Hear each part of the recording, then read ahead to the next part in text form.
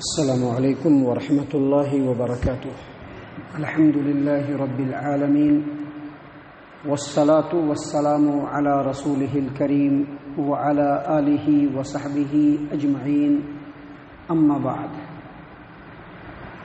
عن ابن عباس رضی اللہ عنہ ان رسول اللہ صلی اللہ علیہ وسلم مزمز واستنشق من غرفۃ واحدہ. رواہ ابن ماجہ فی سننہ فی ابواب الطہارہ.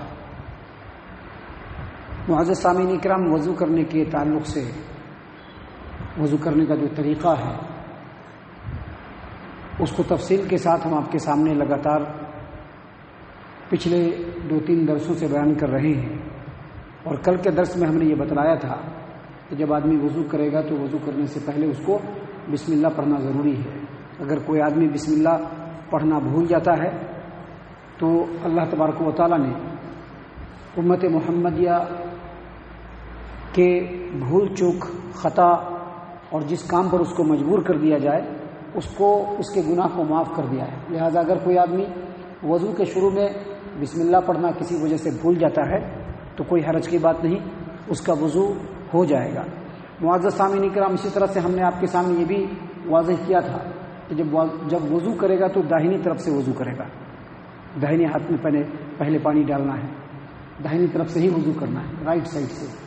سامعین کرام، اسی طرح سے جب وضو شروع کرے گا تو سب سے پہلے آدمی کو چاہیے کہ اپنے دونوں ہاتھوں کو کلائی تک دونوں ہاتھوں کو 3 مرتبہ دھونا ہے اس کو. اس سلسلے میں صحیح البخاری کتاب الوضو باب المزمزۃ فی الوضو حدیث نمبر 164 اور صحیح مسلم کتاب الطہارہ باب صفۃ الوضو حدیث نمبر 226. عثمان بن عفان رضی اللہ عنہ کی حدیث اس سے پہلے ہم نے آپ کے سامنے بیان کی تھی کہ جب وہ وضو کرنا شروع کیے تو پہلے پانی منگوایا اور پانی منگوانے کے بعد سب سے پہلے اپنے ہاتھ کے اوپر پانی ڈال کر کے اپنے دونوں ہاتھ کو دھویا. اور یاد رکھیے ہاتھ کا جو لفظ ہے وہ یہاں تک کے لیے آتا ہے، یہ پورا ہاتھ ہے. وہ یہاں سے اس کے اوپر جو ہوتا ہے وہ کلائی اور بازو ہوتا ہے. تو دونوں ہاتھ کو دھویا مطلب یہاں تک پورا ہاتھ دھویا، کلائی تک. اسی طرح سے ایک اور حدیث ہے جس حدیث کو امام ابو داود اپنی سنن ابی داود کتاب الطہارہ باب الوضوء ثلاثا عبداللہ بن عمرو بن العاص رضی اللہ عنہ روایت کرتے ہیں کہ کسی آدمی نے نبی صلی اللہ علیہ وسلم سے وضو کا طریقہ پوچھا تو آپ صلی اللہ علیہ وسلم نے پانی منگوایا. پانی منگوا کر کے سب سے پہلے اپنے کف کو یعنی اپنی ہتھیلی کو کف کہتے ہیں اس کو، آپ صلی اللہ علیہ وسلم نے اپنی ہتھیلیوں کو 3 مرتبہ دھویا. اس کے بعد چہرے کو بھی 3 مرتبہ دھویا اور بازو کو بھی 3 مرتبہ دھویا. اور اسی طرح سے ایک اور روایت ہے جس روایت کو امام نسائی اپنی سنن النسائی کتاب الطہارہ کے اندر روایت کیا ہے کہ اوس بن اوس الثقفی رضی اللہ عنہ وہ کہتے ہیں کہ نبی اکرم صلی اللہ علیہ وسلم کو میں نے دیکھا وضو کرتے ہوئے توضأ، نبی صلی اللہ علیہ وسلم نے وضو کیا، فاستوقف ثلاثا اور اپنے ہتھیلیوں کو 3 مرتبہ دھویا. تو اس سے یہ پتہ چلا کہ جب ہم وضو شروع کریں گے تو پہلے دل میں نیت ہونی چاہیے کہ ہم طہارت حاصل کرنے کے لیے وضو کر رہے ہیں، نماز پڑھنا ہے اس سے، یا ہم کو اس کے ذریعے سے پاک ہونا ہے. یہ نیت دل کے اندر رکھنا ہے اور اس کے بعد بسم اللہ پڑھنا ہے. اور سب سے پہلے 3 مرتبہ ہاتھ دھوئیں گے کلائیوں تک، یہ گٹوں تک، کلائیوں تک 3 مرتبہ ہاتھ دھوئیں گے. محترم سامعین کرام، جب ہاتھ دھوئیں گے تو اس بات کا بھی خیال رکھیے کہ جب ہم ہاتھ دھوئیں گے تو ہاتھوں کے درمیان خلال بھی کرنا ہے. یہ خلال یہ واجب اور ضروری ہے. اگر کوئی آدمی ہاتھ دھوتا ہے ایسے اور خلال نہیں کرتا ہے، ابھی اس وقت بھی کر سکتے ہیں، اس کے بعد پھر ہاتھ دھوتے ہیں اس وقت بھی کرنا ہے، تو یہ واجب اور ضروری ہے. خلال کرنے کے بعد اگر اس میں پانی نہیں بھی لگا رہے گا تو بھی وضو ہوگا، کیونکہ خلال کرنا واجب ہے. ایسے خلال کرنا واجب ہے ایک دم اچھی طریقے سے. اس سلسلے میں حدیث ہے نبی اکرم صلی اللہ علیہ وسلم کی سنن ابن ماجہ ابواب الطہارۃ و سننھا باب تخلیل الاصابع حدیث نمبر 447 447 نمبر کی حدیث. عبداللہ ابن عباس رضی اللہ عنہما بیان کرتے ہیں کہ نبی صلی اللہ علیہ وسلم نے فرمایا اذا توضأت فخلل اصابع یدیک، جب تم وضو کرو تو اپنے ہاتھوں کے انگلیوں کا خلال کرو. یدیک مطلب یہ ہے کہ اپنے ہاتھ کا نہیں بلکہ ہاتھوں کی انگلیوں کا خلال کرو. اور اسی طرح سے ایک اور روایت ہے جو اسی روایت کے فوراً بعد ہے، سنن ابن ماجہ حدیث نمبر 440/8. اس میں لقیط بن صبرہ رضی اللہ عنہ روایت کرتے ہیں کہ پیارے رسول صلی اللہ علیہ وسلم نے فرمایا جب وضو کرو تو مکمل وضو کرو. اسبغ الوضو کا مطلب ہے کہ مکمل وضو کرنا، پورا وضو کرنا.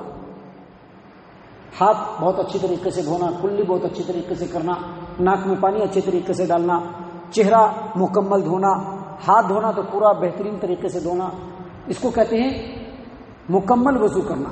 تو نبی صلی اللہ علیہ وسلم نے فرمایا کہ مکمل وضو کرو، وخلل بین الاصابع، اور اپنی انگلیوں کے درمیان خلال کرو.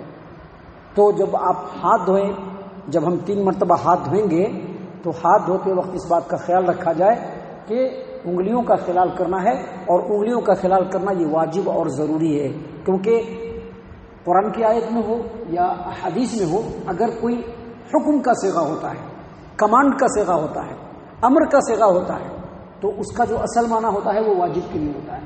الا یہ کہ کوئی دوسری دلیل آ جائے اور وہ چیز واجب سے افضل ہو جائے تو یہ دوسری بات ہے، لیکن جو پہلے حکم ہوتا ہے وہ واجب کا ہوتا ہے. تو نبی صلی اللہ علیہ وسلم نے کیا کہا؟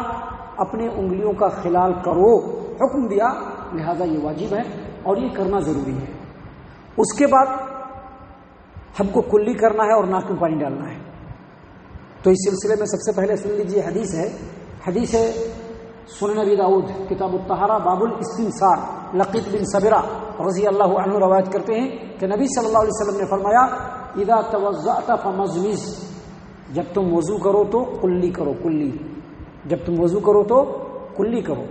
اور محترم سامعین کرام، اسی کے بعد ایک اور حدیث ہے جس کو لقیط بن صبرہ رضی اللہ عنہ نے ہی روایت کیا ہے کہ نبی صلی اللہ علیہ وسلم نے فرمایا کہ جب وضو کرو بالغ فی الاستنشاق، ناک میں خوب اچھی طریقے سے پانی ڈالنا، یعنی اتنے اچھے طریقے سے پانی ڈالنا کہ ناک کے اندر پانی چڑھ جائے. لیکن یہ کب؟ جب آدمی روزے کی حالت میں نہ ہو تب. اگر روزے کی حالت میں ہے تو احتیاط کرنا ہے، ذرا کم ہی چڑھانا ہے، کیونکہ جب ناک میں پانی چڑھاتا ہے وہ پانی حلق کے اندر جاتا ہے.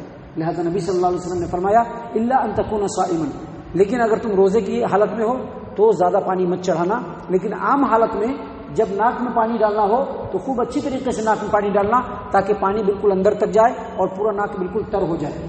محترم سامعین کرام، اس سلسلے میں ایک اور حدیث ہے جس کو امام بخاری رحمہ اللہ نے صحیح البخاری کتاب الوضو کے اندر روایت کیا ہے.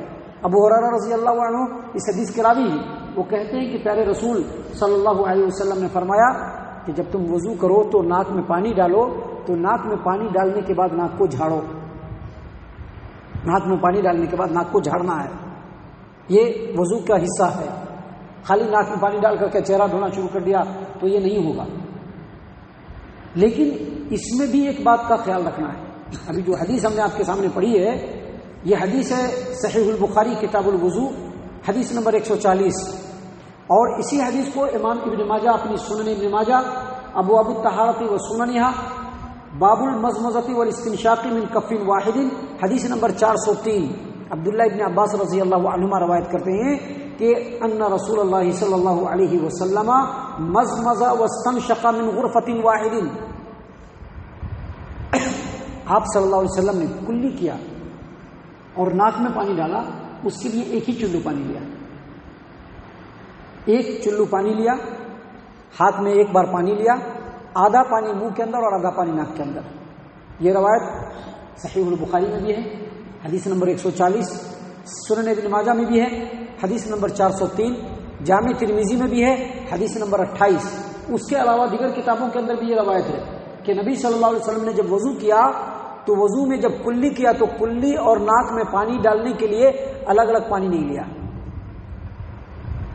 حالانکہ اور بھی روایتیں ہیں لیکن سند کے اعتبار سے یہ روایت زیادہ قوی ہے، اس لیے محدثین نے اس حدیث کو پیش کرنے کے بعد جو اوپر باب لگایا ہے وہ یہی کہ کلی اور کرنا اور ناک میں پانی ڈالنا، اس کے لیے ایک ہی چلو پانی لینا ہے.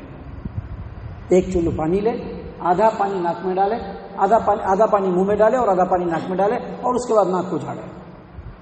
محترم سامعین کرام، یہ طریقہ ہے جس کو ہمیں خوب اچھے طریقے سے سمجھ لینا چاہیے.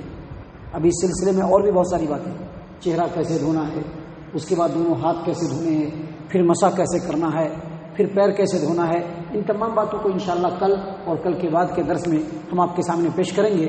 لیکن آج کو اچھی طریقے سے یاد رکھ لیجئے اور ذہن میں بٹھا لیجئے کہ جب ہم ہاتھ دھوئیں گے تو ہاتھوں میں انگلیوں کا خلال کریں گے، اور جب کلی کریں گے تو ایک پانی لیں گے اور اسی ایک پانی سے آدھا پانی منہ میں ڈالیں گے، آدھا پانی ناک میں ڈالیں گے، اور یہ چیز نبی اکرم صلی اللہ علیہ وسلم کے عمل سے بالکل ثابت ہے۔ اللہ تعالیٰ سے دعا ہے کہ اللہ تعالیٰ ہم تمام کو ان تمام جو علم ہے اللہ کے رسول صلی اللہ علیہ وسلم نے اپنی امت کو سکھلایا ہے، ان علوم کو اللہ تبارک و تعالیٰ ہم تمام کو سیکھنے کی توفیق عنایت فرمائے، اور جو علم ہم سیکھ رہے ہیں ان کے اوپر عمل کرنے کی بھی توفیق عنایت فرمائے۔ اللہ اور اس کے رسول صلی اللہ علیہ وسلم کی فرما برداری کرنے والا بنائے، صحابہ کرام رضی اللہ عنہم کے طریقے پر چلنے والا بنائے، جنت الفردوس میں جگہ عطا فرمائے۔ اے اللہ ہم تمام کو جہنم سے پناہ دے، اے رب العالمین ہم تمام کو جہنم سے پناہ دے، اے مالک الملک ہم تمام کو جہنم سے پناہ دے، آمین یا رب العالمین۔ وما علینا الا البلاغ المبین۔